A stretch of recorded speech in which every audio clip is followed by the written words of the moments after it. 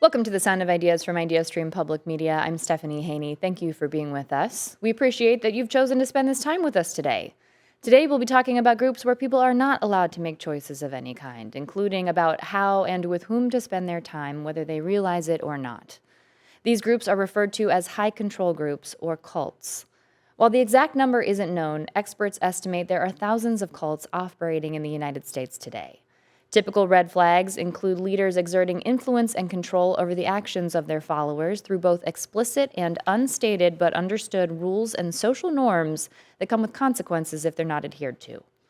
In Medina County, former members of the Restored Church of God in Wadsworth say they've escaped a cult led by founder David Pack. Cleveland Scene staff writer Mark Oprea talked with several people who have left this church about their experiences both inside and outside its walls, revealing rules about marriage, dating, and relationships, incredible financial commitments from members, and more. We'll hear from Mark today, along with two of the people he interviewed for his story about this religious group. We'll also talk with an expert who can share insight on what rises to the level of an organization being considered a cult, and how to seek help if you or someone you love might be involved with one. Current church members dispute allegations reported by Cleveland Scene's Mark Oprea. We reached out to the Restored Church of God to invite the founder or another representative to be part of this conversation, but they emailed us a statement instead, declining to participate in the live interview, but they did answer some questions in writing. I sent several, and I'll share some of those responses today as well. With me in studio, we have Mark Oprea, staff writer at Cleveland Scene. Mark, welcome to the show. How you doing? Great, thanks for being here. We also have with us Kevin Denis, son-in-law of Restored Church of God founder David Pack, and former church minister and member. Kevin, thanks for being with us. Thank you. And with us here in studio as well, we have Mark Sabrion, also a former Restored Church of God member who runs the xrcg.org website. That's exrcg.org. Welcome to the show, Mark. Thank you for having me. And with us as well, we have Dr. Adam Coons, who has a PhD in political philosophy. He's a board member of the Lalich Center on Cults and Coercion, which supports cult survivors and the people who work with them. Adam is also a professor of political philosophy at the University of Wisconsin-Eau Claire. Adam, thanks for being with us. Thanks for having me, Stephanie. If you want to be a part of this conversation, maybe you have a question or a comment, maybe you have an experience you'd like to share, you can give us a call at 866-578-0903. You can also email us at soi@ideastream.org, or you can message us on Instagram. We're at The Sound of Ideas. Adam, I'd like to start with you if you could let us know about the work that is done at the Lalich Center on Cults and Coercion. Sure. So the Lalich Center was founded by my predecessor, Dr. Janja Lalich. If anyone's watched a cult documentary in the last 10 years, you've probably seen her. The Lalich Center is, its mission is to help cult survivors or people who believe that they might be in a cult, or family members who think that they have someone in their life who is in a cult. And we also work with frontline workers, therapists, social workers, lawyers who maybe have approached this question for the first time in their lives. So our job is to try to help people acquire the skills and resources they need to get out, as well as to help those who are helping others. And Adam, I understand there are several factors that are taken into consideration. Can you tell us what it is that you use to determine whether a group's actions rise to the level of being a cult? Sure. So there's 4 factors that we look for, and the word cult gets thrown around all the time. People who use it around the Thanksgiving dinner table are usually saying, I don't like this religion, or this religion is weird to me. But that isn't the definition that we use. We use 4 things to look for red flags. It's a little hard because it's like defining democracy. It's not an on and off switch. It's more of a spectrum. And we have to look at the factors to see if there is any signs of cult activity. So the 4 things we're looking for is charismatic leadership, somebody who thinks they're exceptional and has divine word of God, or some unique information that they need to pass on to others. Could be a panel of people or one person. There's also the transcendental belief system. It could be new and creative, could be something that they've come up with on their own, very much like L. Ron Hubbard or Joseph Smith. Or it could be something that's been taken from other religions, Buddhism repackaged, or Hinduism repackaged, Christianity repackaged. But the key is that the belief system is being used to try to escape, or to teach people that they can escape from their mundane lives. And then the other 2 factors are kind of what separate cults from religions. There's the systems of control and then the systems of influence. Systems of control are the overt rules that require you to obey certain lifestyle choices, stress and grooming standards, dietary restrictions, tithe paying, those sorts of things. And then systems of influence are all the social factors that keep you inside of the group. Anything that says, if you leave, we're going to ostracize you, you're going to lose family members, you're going to lose friends, we may even harass you in the case of Scientology. All of those four things are things that make our radar ping and say this is more likely than not that we're dealing with a cult. Adam, thank you for laying that foundation with us. We'll keep those things in mind as we have our conversation today. Now, we have Mark with us from Cleveland Scene. He published this article, Let Us Pray. The subheadline here, former members of the Restored Church of God say they were left financially and spiritually bamboozled. We'll be getting into the allegations from the former members here in just a moment. But Mark, can you start by telling us how the Restored Church of God came to Wadsworth? How they came to Wadsworth, I think it was June of 1999. Those guys might have the better date. I think it was June of 99 when Dave Pack, a former member of WCG, that's a Worldwide Church of God, I was looking for, I guess, office space or looking for a place to begin this offshoot. And he found it, I think it's Park Center Drive in Wadsworth, and started this small church there, which about 10 years later grew into the current space on 1000 Ambassador Drive. The whole progression over those 10 years was just expansion. And so that's kind of how it ended up in Wadsworth, was Dave Pack was looking for space, yeah. And it's been here for decades, came from elsewhere, came here to the Midwest, to Northeast Ohio in the late 90s.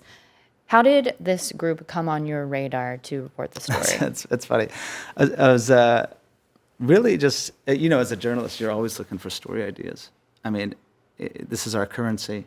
And I was scrolling through Reddit, actually, and someone mentioned something about how widows were being affected by the Restored Church of God in Wadsworth.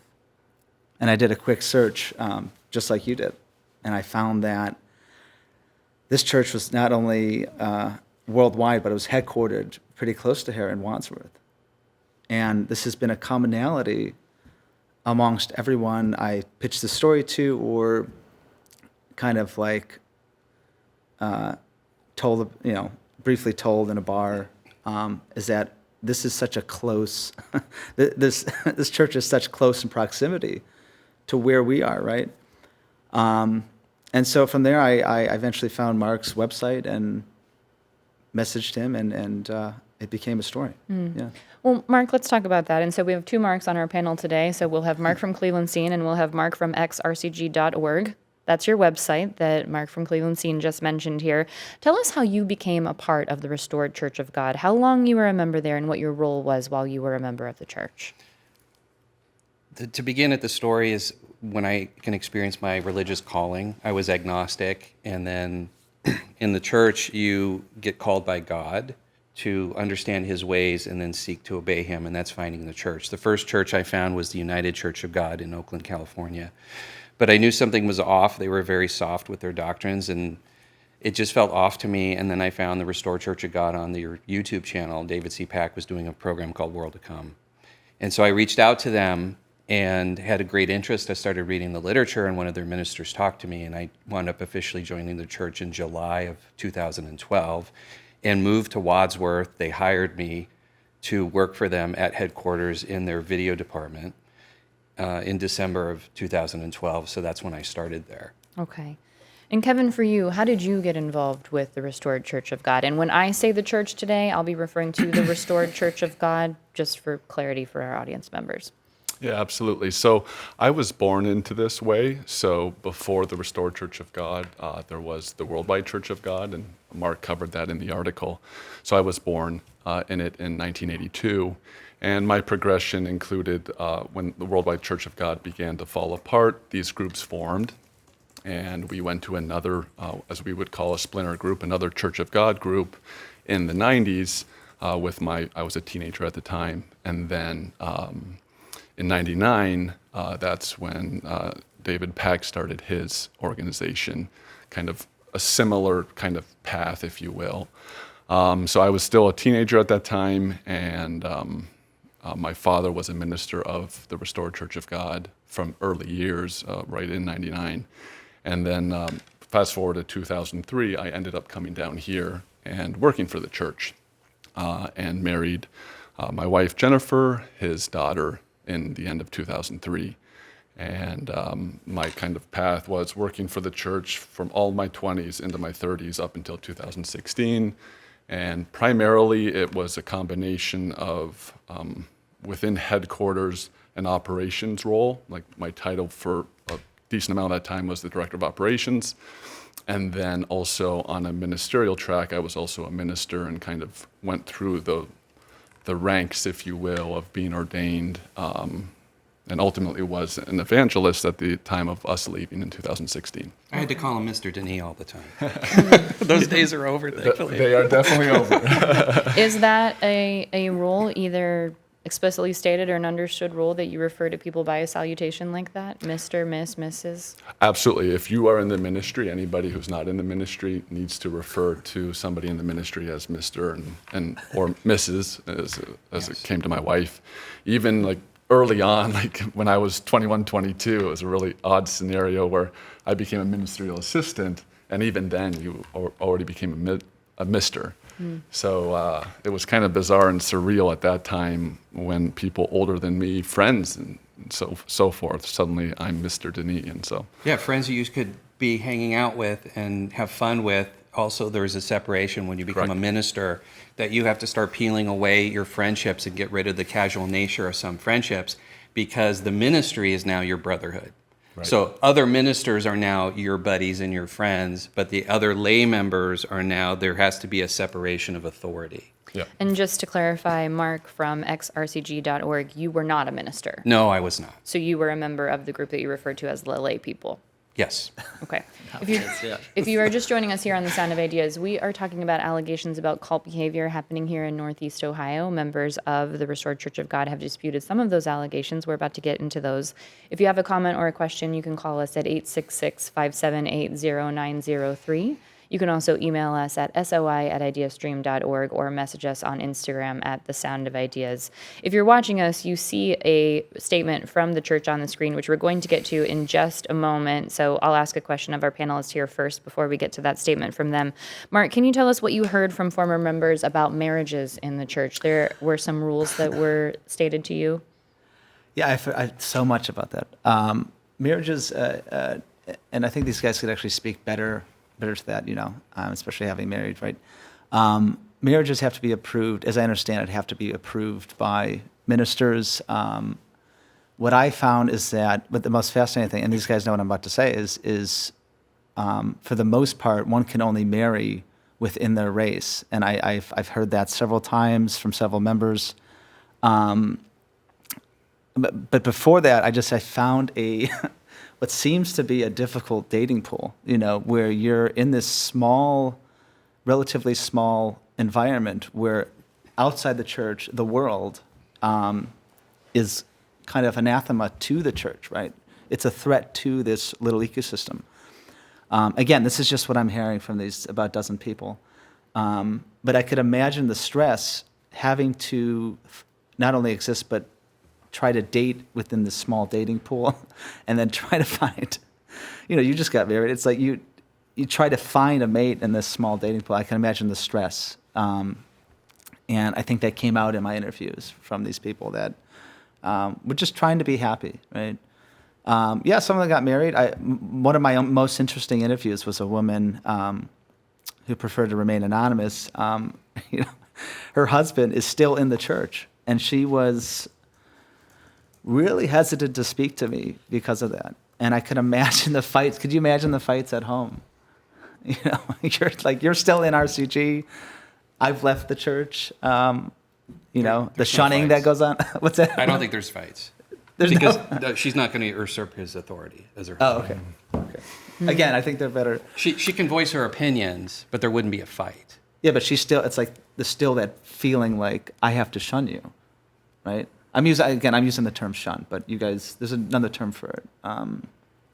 Is there a term that is used Yeah, what is it? from your It's- perspective in the Restored Church of God if someone is turned away from the church of their not of their choice? So essentially, the term that would be used is disfellowshipment. So it's not really shun, but to your point, Mark. Disfellowshipment. Yeah. Okay. I'm going to ask you, Kevin, specifically about marriage in just a moment, but I do want to share, we did get a statement from Carl Hauk and Edward Winkfield. I got several statements from them regarding particular questions that I asked about some of the allegations that have been made against the Restored Church of God. These are both ministers in the Restored Church of God, as I understand it. So on the question of whether ministers have to approve marriages, Carl and Edward responded, "Our ministers provide biblical counseling and guidance to members contemplating a lifelong commitment to one another. As part of that pastoral responsibility, ministers work with couples to ensure they understand the church's biblical teachings regarding marriage and the lifelong commitment it represents before performing a marriage ceremony. The purpose of this counseling is to help lay a strong foundation for a successful, lasting relationship that honors God."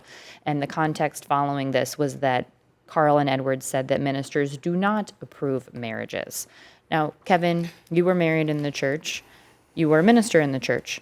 Do ministers, in your experience, approve marriages? Is that required? Yes, essentially, if you read that response, I think you can read between the lines that they do approve it. Is there some sort of formal ceremony or element where this is approved, some sort of figurative stamp? No, but equivocally, you are, because you have to go through various steps on a counseling level with ministers. And oftentimes, early on, if the ministry doesn't feel like they're a fit, they will be very much discouraged to part ways. And then ultimately, if there isn't that red flag from the minister's perspective, they go through that counseling, and with that, there is an implicit approval for marriage. If I can jump in behind the scenes, there's a difference between, they're going to answer to the letter of the law and not the spirit of the law. There's a lot of, let's say, lawyer speak in that answer that's very safe, but what it really comes down to is the influence that they will have in your decision. We counsel you not to get married. We counsel you not to do this. If this happens, there is pressure put on the couple to see this as a bad idea. And if those are two very spiritually minded people, their conscience will begin to be pricked, because now if these ministers are expressing the will of God, are you now making a decision that goes against God's will for you in that relationship? And that creates a lot of pressure and stress inside a person that I don't know if they actually say you cannot, but I've never heard of a couple in the Restored Church of God get married when the ministry told them not to. That has not been my experience. When you are counseled to not do something and then you do it, that is essentially rebellion. So that doesn't work out well. So you have that cognitive dissonance, that difficulty and trouble and turmoil inside of you, and you ultimately do what you're told. Can I ask you, Kevin, when you say that does not work out well, what does that mean? Are there consequences for someone who doesn't follow the consultation of a minister in the Restored Church of God?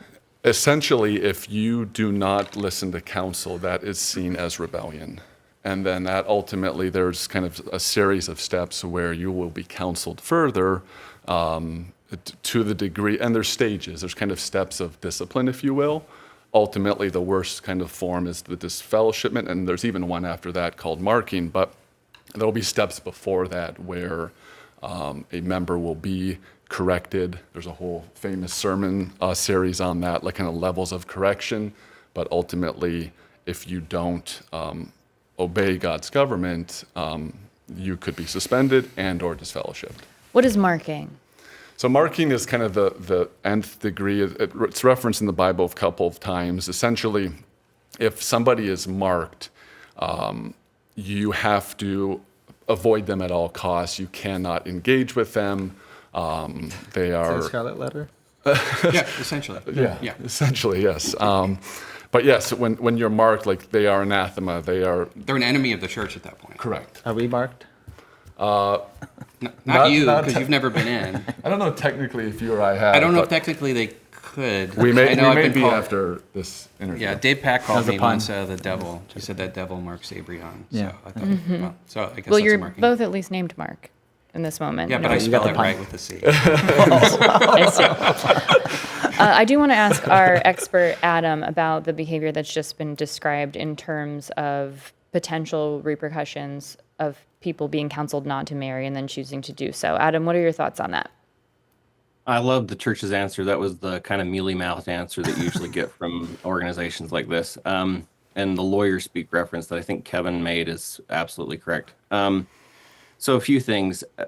Churches and especially cults will always find a way to say, at the end of the day, this is your choice, and that's what that statement said. Is no, we didn't tell them to do this. They chose to do this. If that sounds a little bit like a domestic abuser or a totalitarian government, that's not accidental. Those sorts of coercive powers are exactly the same when we're talking about group dynamics in a cult.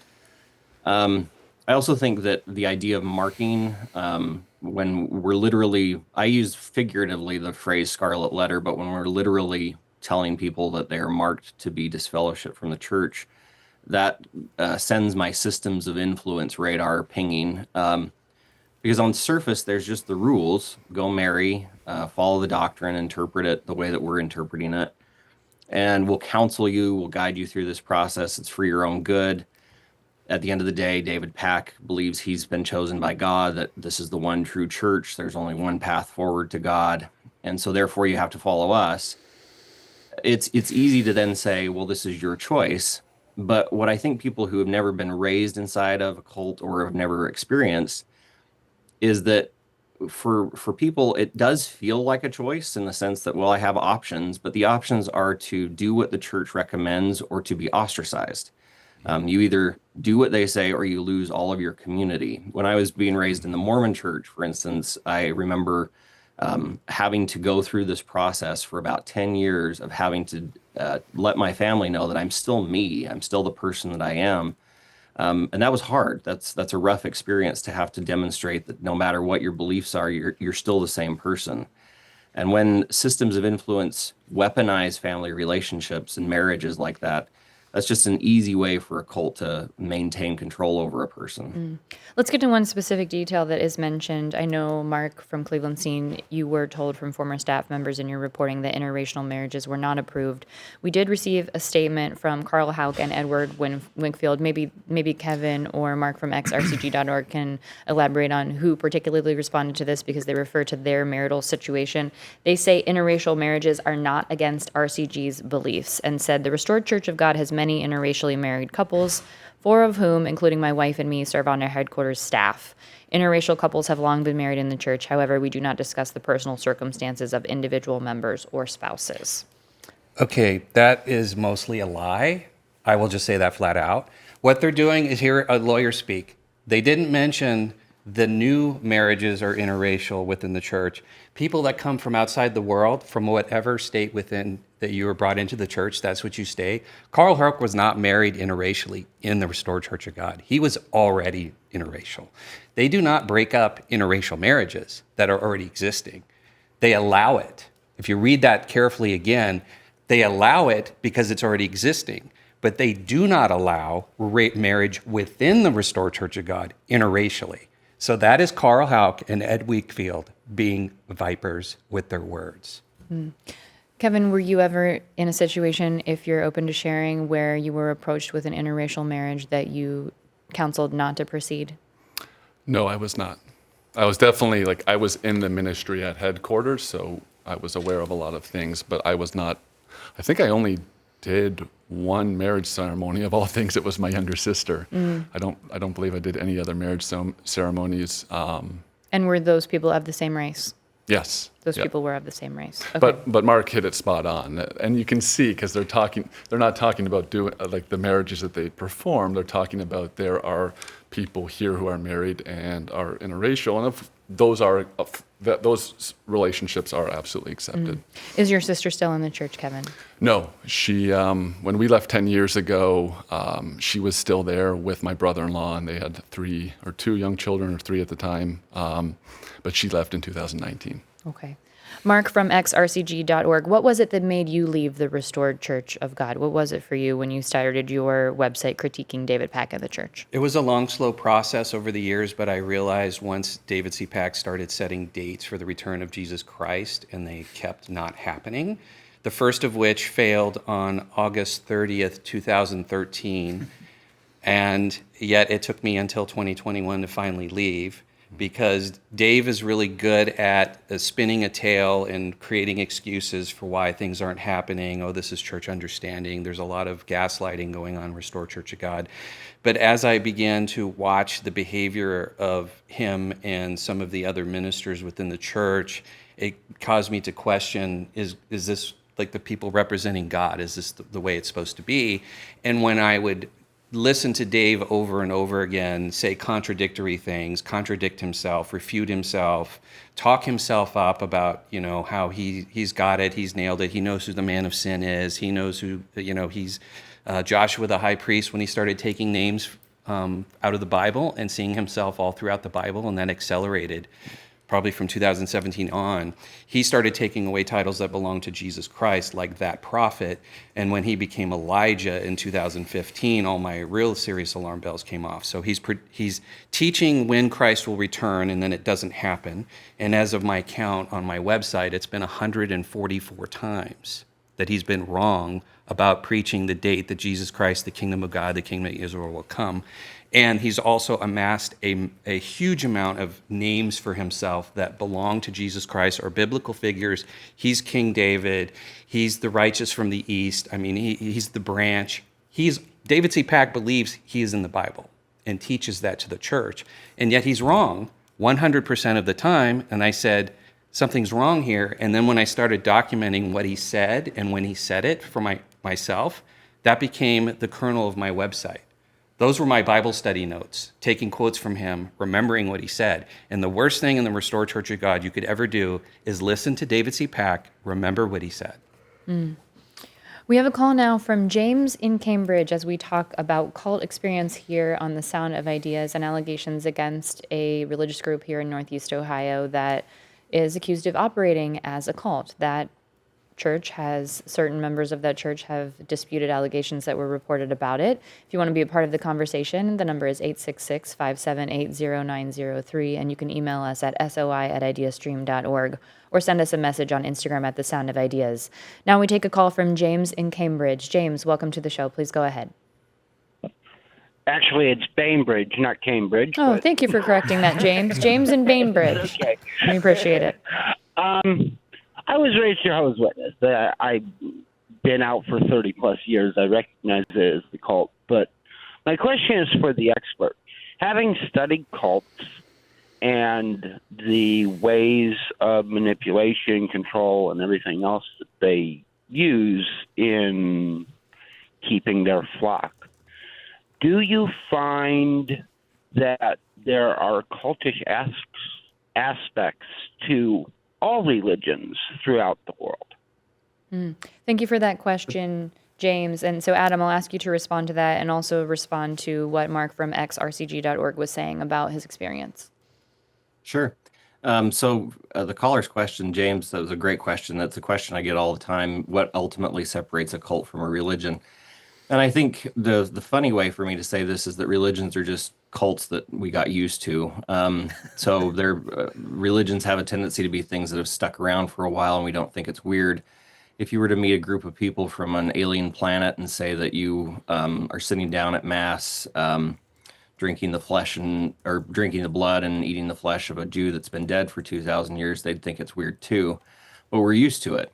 In the case of cults today, though, I think the line that separates it is the more totalitarian you are, the more likely you are to be a cult. I think the example, for instance, that Mark gave, and this maybe will answer both questions, is that the churches that are functioning and healthy allow dissent. They allow questions to be raised. You can ask a pastor, where is the evidence for this? And that pastor will have the humility or the dignity to be able to say, there are some things I don't know. I have faith, I can trust. But in the case of Mr. Pack, it sounds like Mr. Pack just believes that he has a direct conduit with God. He's seen himself in the Bible. That is so similar to the stories of like Joseph Smith, L. Ron Hubbard. It's similar to the stories of Marshall Applewhite and Bonnie Nettles, who were at the center of Heaven's Gate. Eventually, charismatic leaders get too big for their britches and assume that they are connected to God in a divine way, sometimes to the extreme where they think that they're literally the embodiment of Jesus, as David Koresh did in Waco. And once you believe that, then morality flies out the window. You can do no wrong, and it doesn't matter that you're affecting other people's choices. Thank you for that, Adam. Kevin, I want to ask you now about what was it for you and your wife that made you leave the church, the Restored Church of God, and when did that happen? You said that was 2016. Yes, we just celebrated 10 years on June 17th, 2016. We left. The journey for us waking up began about a year and a half before that. We had worked since we were 21 or our early 20s. We had worked for the church. Our whole adult life was part of the church from a work perspective, from a community perspective. We were tied in every way possible. I came from Canada. My siblings came down from Canada to join me later to work as well. So we were very much tied in every way possible. And we were very loyal too. At a point, a year and a half before we left, we began to ask what if? And that began to open the door, because it was until that point, and I'm actually writing a book about this whole process. It's very difficult in some cases to wake up, especially if you grew up in it, which we did, because you think it's the right way. You want to keep doing the right thing, but then you have this challenge inside of you that things don't seem to be lining up.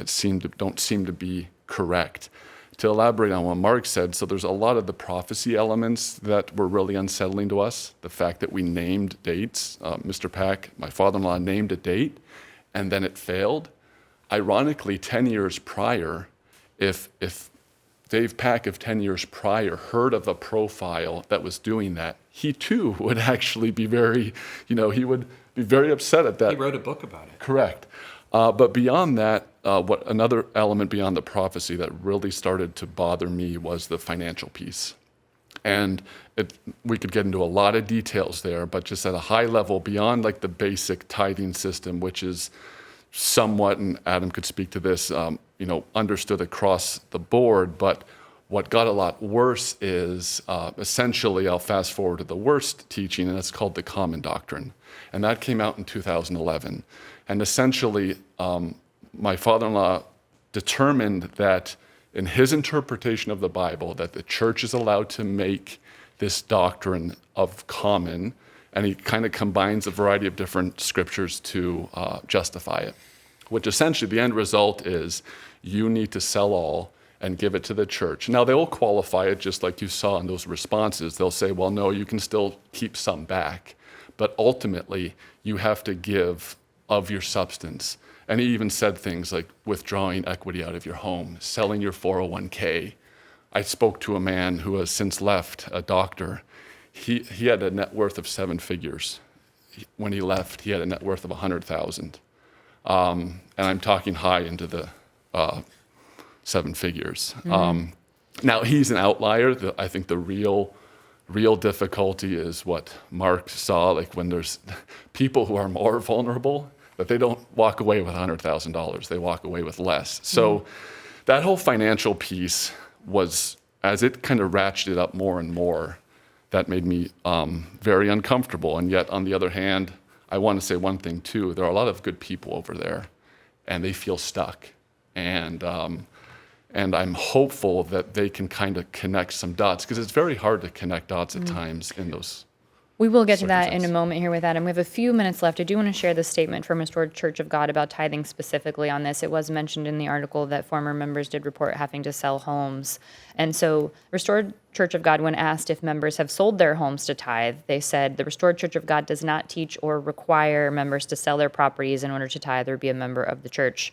Also said the Restored Church of God teaches tithing as a biblical doctrine. Giving is treated as a matter of personal obedience to God and is addressed pastorally, not administratively. In our experience, members who discontinue tithing have already decided to leave the church. That was in response to me asking what happens if someone decides not to tithe. Mark? That's please. another play with words, because the question was asked, with giving them the out, which is asking about tithing. The question should have been focused around common. People do sell their homes and give them common. People So in the sell their church's view, common and tithing are different? Yes, Correct. absolutely different. Yes. Tithing is the common 1, 2, and 3. Then there's in the Bible. Common is the sell all that you have and give up and sacrifice for the work. So that statement is disingenuous in spirit, but not in letter. It's like a lawyer wrote that because you asked about tithing, they answered about tithing. But they know very well, Carl Houck and Ed Wingfield know that brethren sell property and give up their personal belongings and give it in common. That is disingenuous. And the connection that is made often, and we've heard it in sermons many times since I've left, they connect to be right with God, you have to give your common. Yes. And if you're not right with God, well, that means like salvation's at stake. So Eternal death. connect all of those dots, and I'm sure Adam's alarm bells are definitely going off right now, because that's that connection of if you want to be right with God, you have to sell all. has Adam, been said. can you please respond to that? The financial coercion that's being described here. Yeah, I always admire cults that here in the United States can fly under the radar, because usually if you want to found a good cult and avoid any kind of media attention, don't get sex, drugs, and money involved in it. As soon as the money starts playing a role, or the drugs or the sex, then you're going to be committing crimes. And I'm not alleging that David Pack is doing that. What I am saying, though, is that there's some coercion that's going on here, and it's in a financial nature. I was reading about the common element of this, and it emanates from the Book of Acts. It's a part of a restorationist movement the Restored Church of God is trying to accomplish here, bringing back the original church that Jesus Christ created before he departed the earth.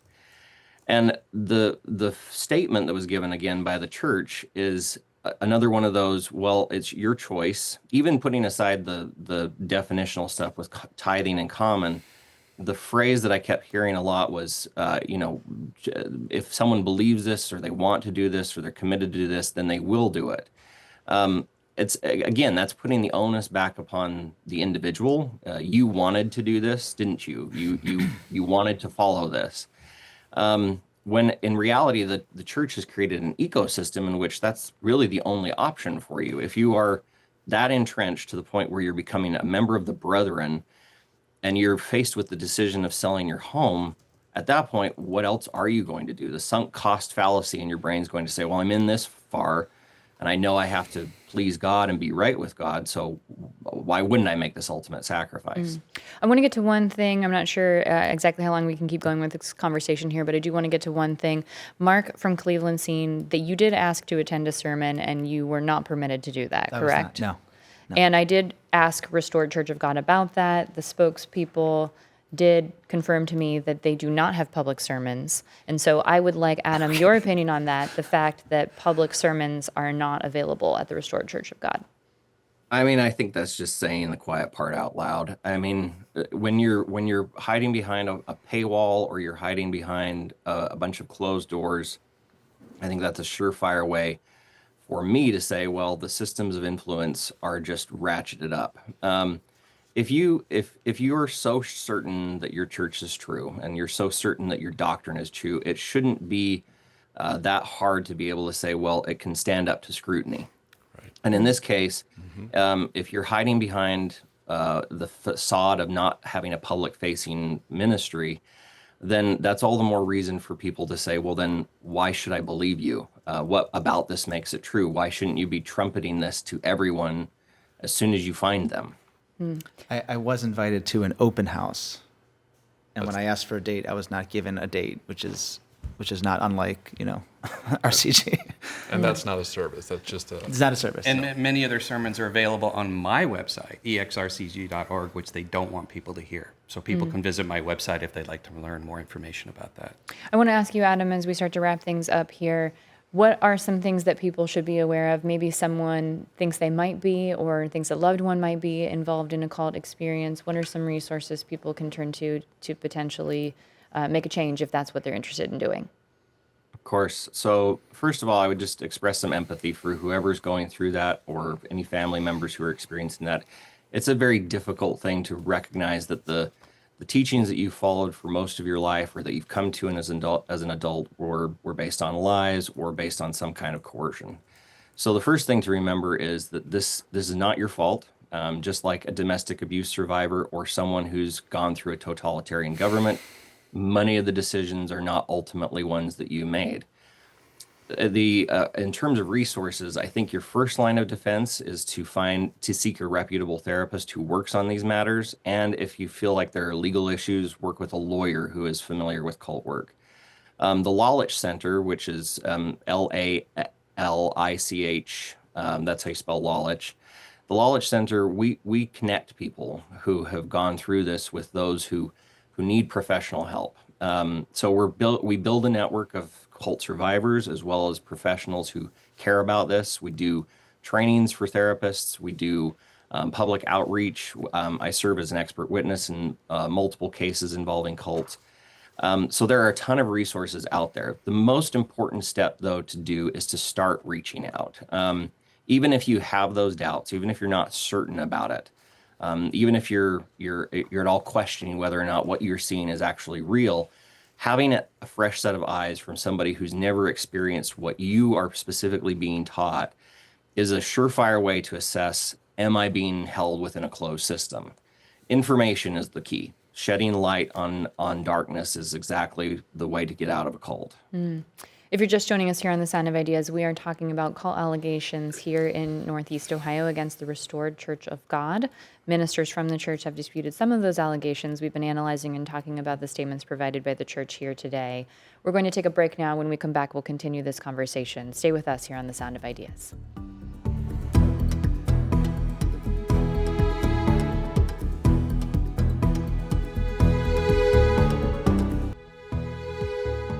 Welcome back to The Sound of Ideas from IdeaStream Public Media. I'm Stephanie Haney. Thank you for being with us. If you're just joining us today, we are talking about allegations of cult behavior in Northeast Ohio, in Wadsworth and Medina County, against the Restored Church of God. We have former members, a former minister and a former member of the church with us.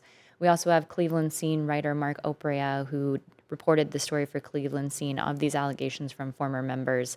We also have an expert with us on cult behavior. His name is Dr. Adam Coons. He's a board member at the Lalich Center on Cults and Coercion. We did invite a representative from the Restored Church of God to be with us today. They declined to participate live, but did share statements in response to questions. We've been analyzing those questions today with the former member, the former minister, and the cult expert. As we continue this conversation now, I'd like to ask first Mark from xrcg.org, the website that you have created in response to your departure from the church, where you're critiquing the founder, David Pack, and the church, what it was like for you when you left. Were you able to continue relationships with any members of the Restored Church of God? When you leave the Restored Church of God, over the course of years, keeping contact with former members was more acceptable until things went on and got worse within the church and more people leaving, and then they started cutting it off. So out of respect to the other people that were still in the church, I did not maintain or try to initiate contact with people further. I knew that once I was leaving the entire social structure that I had, I moved out from California. I dumped my house. I short sold it so that I could move to Wadsworth and have the opportunity to work in God's church in quotes. So when I left, the entire social structure I had was gone. There were a couple of friends that were very close to me that knew I was close to leaving, and we could talk freely, and those are the only people I was able to maintain contact with. But I was also able to reach out to Kevin, because Kevin had created a EX member Facebook group. And so I was able to connect with other former members who kind of created our own, let's say, call it like post-war society of people maybe being able to maintain contact, to counsel each other, to comfort each other, and kind of have, at least go from one very corrupt collective to a place where we can, still feel connected to the people that went through similar experiences. What about for you, Kevin? What was like for you when you chose to leave the church? Yeah, we were a very unique circumstance because, again, we were directly related to the leader of the church. So when we left, we did not tell anybody beforehand because we could not risk the danger that would have on our marriage and our family. So I didn't even tell my siblings that I was about to leave. And so it kind of shocked everybody, but I felt like I had to do that in that moment to protect myself, my wife, our marriage, and our children. And so we left on the June 17th, 10 years ago, and kind of shocked everybody. What kind of dovetailed off of that, again, I had two siblings still here. Of course, my father-in-law and his wife was obviously still here. We had a discussion literally the night that we left. After we left, my siblings came over, and it was a very difficult conversation because they were completely shocked, and it's understood that they would be shocked because we were there our whole lives. So from a relationship perspective, there was not like a specific cutting off, if you will, I think because of the family component. But there was some very difficult times with my siblings, many of which we've worked through, which is wonderful. But to Adam's point earlier about showing empathy and understanding of what people are going through, when you're on the other side of the fence, suddenly both sides have to try and understand each other, but it can be very difficult. But we worked through, at least with my siblings. My sister later left. My brother is still over there, which is its own challenge. But it's at least you kind of have to try and step back and not get pulled into an us versus them scenario, which is so taught over there. I did ask the Restored Church of God representatives about what happens when someone leaves the church, if they could provide examples of people who have left RCG, the Restored Church of God, and maintained positive relationships with one or more members. Their response was, quote, "Of course there are many. However, we do not discuss the personal relationships of current or former members." Adam, I would like you to weigh in on this, how you can maybe be aware, what are some warning signs that people might be able to realize that someone that they love might be being controlled by a cult? Good. That's a great question. I really liked Mark's analogy, the post-war community, and hearing the other Mark's conversation about departing, especially after being raised in it. I think the story is the same for whether or not you've been raised in it or you've come to it as an adult. I think the first thing to look for is there somebody in my life, in this community, whatever it looks like? Could be religious, could be a political community, could be some other kind of cult, that is telling me that I'm not allowed to be my whole person, I'm not allowed to be an authentic person unless I have to pass their tests. If it's being done in a healthy way, in the sense that, I'm teaching you doctrines, I'm allowing you to approach this in a curious and intellectual way, and I'm allowing you to make choices on your own, that's a little bit different from I'm creating an ecosystem or a bounded reality where all you're really being able to choose are the list of things that I've given you.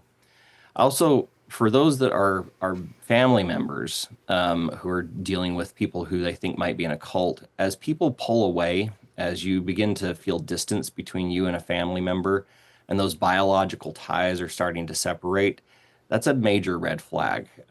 That's no different than somebody that's joining a political movement and shedding their old past. That's no different from somebody who's burying themselves deep into a secret society. And so I think that what cults do is they harm our relationships by reprogramming them and telling people that there is an us versus them mentality. That's why I'm so interested in this as a political philosopher, because at the end of the day, we're just looking at political dynamics, power, and the relationship of power.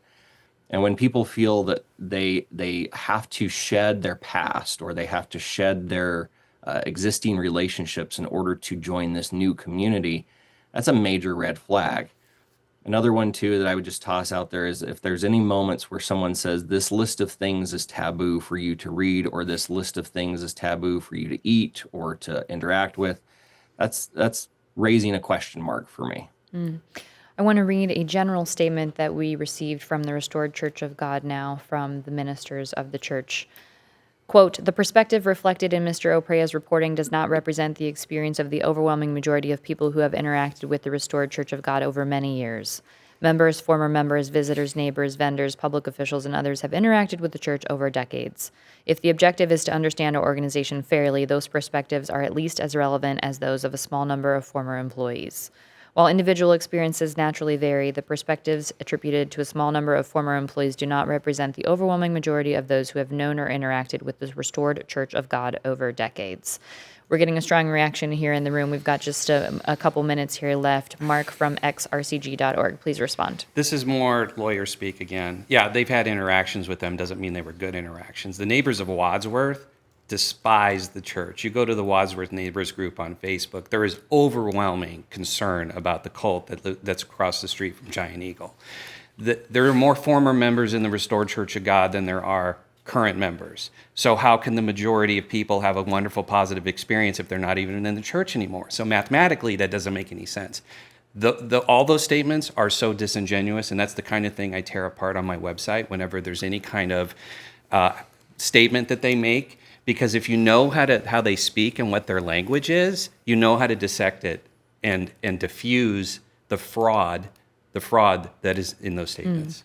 Kevin, we have about a little less than a minute left. Please share your reaction. I think ultimately they say a few employees, but there are literally dozens of people from headquarters, if not more than that, who have left. People who, like me, were close, high up in the ministry or had very unique jobs. And it's more than a few employees. And a lot of those people were in similar situations where they ultimately had to wake up. They felt stuck, but they could start over and rebuild. And the reality is many have done it, which is really exciting, and to see that we have systems in place to raise awareness. So.